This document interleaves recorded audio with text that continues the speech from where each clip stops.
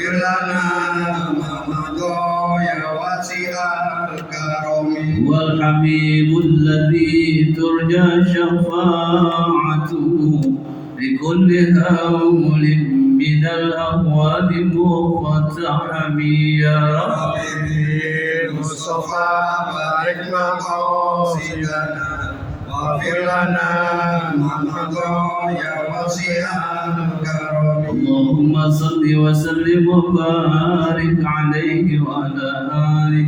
بسم الله والحمد لله والصلاة والسلام على رسول الله لا حول ولا قوة إلا بالله ما بعد. Hadirin jamaah salat tarawih Masjid Jami' Mahmud Tasibro yang semuanya insyaallah dirahmati oleh Allah Subhanahu wa taala, dimuliakan oleh Allah Subhanahu wa taala. Malam ini kita berdoa kepada Allah Subhanahu wa taala, mudah-mudahan dosa-dosa kita diampuni oleh Allah Subhanahu wa taala.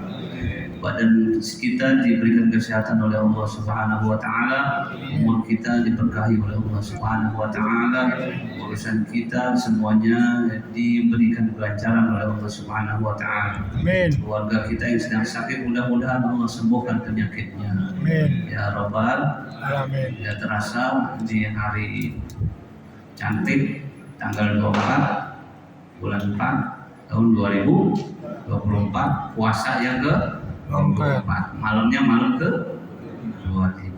Mudah-mudahan malam hari ini Allah takdirkan malam Lailatul Qadar karena rahasia sifatnya. Dan mudah-mudahan Bapak Ibu yang insyaallah dimuliakan oleh Allah Subhanahu wa taala. Ada satu kisah yang mungkin pernah saya ceritakan. Ada sahabat Rasulullah Sallallahu Alaihi Wasallam yang bernama Thauban. Thauban ini setiap hari nggak pernah absen dari jamaah bersama Rasulullah dan para sahabat-sahabat yang lain. Tapi Thauban ini kalau sholat adanya di pojok, bari nyender. Di pojok bari nyender. Satu ketika sholat subuh Thauban ini dicari-cari nggak ada. Ditengok sama Nabi, biasa kan kalau sebelum sholat itu ada pemberitahuan subuh luruskan dan rapatkan soft. Ini dicari-cari nggak ada. Ditengok kanan nggak ada, tengok kiri nggak ada, di pojok nggak ada. Akhirnya pending, jangan sholat dulu deh, lalu nunggu Thauban.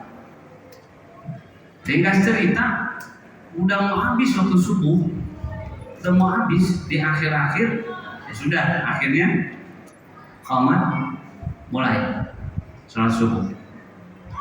Setelah salam, Assalamualaikum warahmatullahi wabarakatuh. Biasanya Nabi zikir ini enggak langsung. Ayo sama-sama kita ke rumah Thauban. Nabi beserta para sahabat berangkat ke rumah Thauban yang jaraknya lumayan. Setelah berapa waktu lamanya akhirnya sampai juga ke rumah Thauban. Ini terusin ceritanya. Nah, kalau ini kan malam 5 jadi agak santai ya kan. Kalau bisa sampai yang mulai nyambung, kuat nggak? Kuat. Alhamdulillah. Cuma di sini doang yang saya lihat di akhir-akhir begini tambah ramai. Masjid di mana-mana udah mulai itu, udah ada yang sebaris. Emang masjidnya musholanya kecil, jamaahnya cuma sebaris. Ada masjid gede, jamaahnya 2 baris. Ini alhamdulillah masjid Mahmud Tasibro di akhir-akhir begini bukan tambah kurang, tapi tambah ramai, sampai full tuh karpetnya. Sampai di mana tadi? Nggak lupa lagi. Karpet. Pas sampai rumah sahabat Thauban, Rasulullah ketok-ketok pintu, Assalamualaikum. Lalu dia jawab sama istrinya, Waalaikumsalam. Ya Rasulullah, ada apa? Saya mau nanya, Thauban ini kemana? Tadi subuh nggak ada. jawab istrinya? Ya Rasul, tadi Sauban sebelum subuh meninggal dunia. Oh, pantesan nggak ke masjid. Jadi nggak ke masjid alasannya cuma mati. Kalau sehat badannya, si segar, nggak ada alasan buat nggak ke masjid. Sauban ya. Sauban. Mudah-mudahan sama sama kita. Terus istrinya ngomong begini, cuman ya Rasulullah, saya agak bingung. Jadi sebelum meninggal dunia, Sauban ngomong tiga perkataan. Ngomong apa dia? Yang pertama, aduh, coba lebih jauh. Itu yang pertama. Yang kedua, aduh, coba yang lebih cakep. Yang ketiga, aduh, kenapa nggak semua? Dia bingung istrinya. Waduh, jangan-jangan ini udah sudah nih. Ya, coba lebih jauh. Jangan punya bini muda nih. Ya, dia bilang, jangan punya bini muda nih. Coba lebih jauh berarti.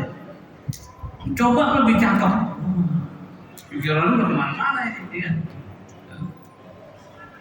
Singkat cerita, diceritakan. Jadi sebelum Sauban meninggal dunia, ketika kita dalam keadaan sakaratul maut, jejak rekam kehidupan kita itu akan ditayangkan oleh Allah Subhanahu wa Ta'ala. Jejak rekam kita itu akan ditayangkan oleh Allah Subhanahu wa Ta'ala. Si Sauban ini sebelum meninggal dunia ditampakkan pahala setiap langkah demi langkah dia ke masjid, ditampakkan pahalanya oleh Allah Subhanahu wa Ta'ala dan disiapkan tempat di surganya Allah Subhanahu wa Ta'ala. Oleh karenanya dia ucapkan, aduh, coba lebih jauh. Subhanallah, padahal rumahnya udah jauh. Kita yang sekarang ini, yang setiap malam melangkah ke masjid ini, insya Allah setiap langkah dihitung oleh Allah Subhanahu wa Ta'ala. Satu langkah kanan mendapat 10 kebaikan dari Allah. Langkah kiri kita menghapuskan 10 keburukan kita. Itu setiap langkah dihitung. Makanya kalau rumahnya dekat mending muter. Iya, dan ganjarannya lebih banyak. Gitu. Nenek muter nih. Ini mau dari rumah dekat pakai motor kan? Aduh. Kita ini semua ya termasuk saya. Ini mau ngomongin kita aja lah. Dia udah rumah dekat pakai motor lagi. Itu ada pertanyaan, itu gimana Ustaz kalau pakai motor ngitungnya bagaimana? Pakai ngitung-ngitung begitu lagi. Semuanya dihitung. Jalan kaki dihitung, pakai motor dihitung. Bagaimana niatnya? Gitu. Ini Sauban ngomong gitu. Aduh, coba lebih jauh. Kenapa? Setiap langkah pahalanya luar biasa. Yang kedua, ketika musim dingin, dia berangkat sholat subuh, itu kan luar biasa. Di Saudi Arabia kalau dingin luar biasa. Kalau dinginnya ekstrim. Kalau panasnya ekstrim. Ketika dia mau jalan ke masjid, dia pakai baju double. Yang dalam bagus, yang luar kurang bagus. Di tengah perjalanan dia melihat ada bapak-bapak yang nggak pakai baju pendinginan, lagi menggigil. Disamperin sama dia. Kenapa Pak? Dingin. Emang bapak orang mana? Orang Mahkota Sibruk. Emang kemana pakaiannya? Dibegal. Dia nggak pakai baju selai pun. Ya, akhirnya langsung dia buka pakaiannya yang luar, yang kurang bagus, dipakein tuh. Begitu dia meninggal dunia, itu baju yang tadi kurang bagus pahalanya, subhanallah. Allah tampakkan pahalanya. Coba bayangin, kurang bagus aja pahalanya luar biasa. Apalagi jamaah Mahkota Simpruk kalau ngasih. Dia mau nggak mau yang jelek. Jemaah maka tersimpul kalau ngasih yang bagus. Itu pahalanya luar biasa. Yang terakhir, Sauban ngomong begini, coba semuanya. Begitu dia mau sarapan, ini susu udah di tangan segelas, ini roti. Begitu mau diminum, Assalamualaikum. Ada yang ketok-ketok. Oh, kalau salam yang gitu kan udah kelihatan ya. Iya kan? Kalau salam yang gitu udah kelihatan. Assalamualaikum. Kalau salam yang penceramah kan beda. Assalamualaikum warahmatullahi wabarakatuh. Itu penceramah sama qori. Ada lagi. Assalamualaikum warahmatullahi wabarakatuh. Orang meninggal. Ibu-ibu lagi belanja. Diam. Ada yang meninggal. Ada yang mati. Siapa ada? Ada lagi yang lebih ekstrim. Ada. Assalamualaikum warahmatullahi wabarakatuh. Oke. Apa miris ya? Sama SK ya? Oke. Nah itu. Ada lagi. Assalamualaikum. Nah itu. Pas begitu mau diminum, dengar salam, langsung gak jadi. Sauban keluar dulu, ngelihat siapa nih? Oh, ternyata ibu-ibu. Katanya 3 hari belum makan. Pas ditanya, emang ibu-ibu mana? Ibu-ibunya mama kok kasih buru kali. Oh. Akhirnya apa? Dibagi 2. Itu susu dibagi, rotinya dibagi. Begitu Sauban meninggal dunia, yang setengah aja pahalanya ditampakkan oleh Allah Subhanahu wa taala, luar biasa gedenya. Luar biasa ganjarannya. Makanya dia bilang, aduh, coba semuanya. Intinya semuanya perbuatan ibadah kita, baik yang gede yang kecil, semuanya akan dicatat oleh Allah Subhanahu wa taala.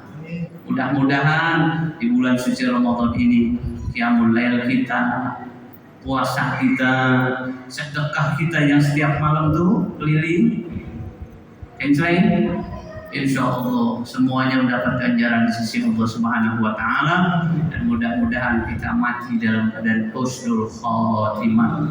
Amin ya rabbal alamin. Billahi taufiq wal hidayah. Assalamualaikum warahmatullahi wabarakatuh.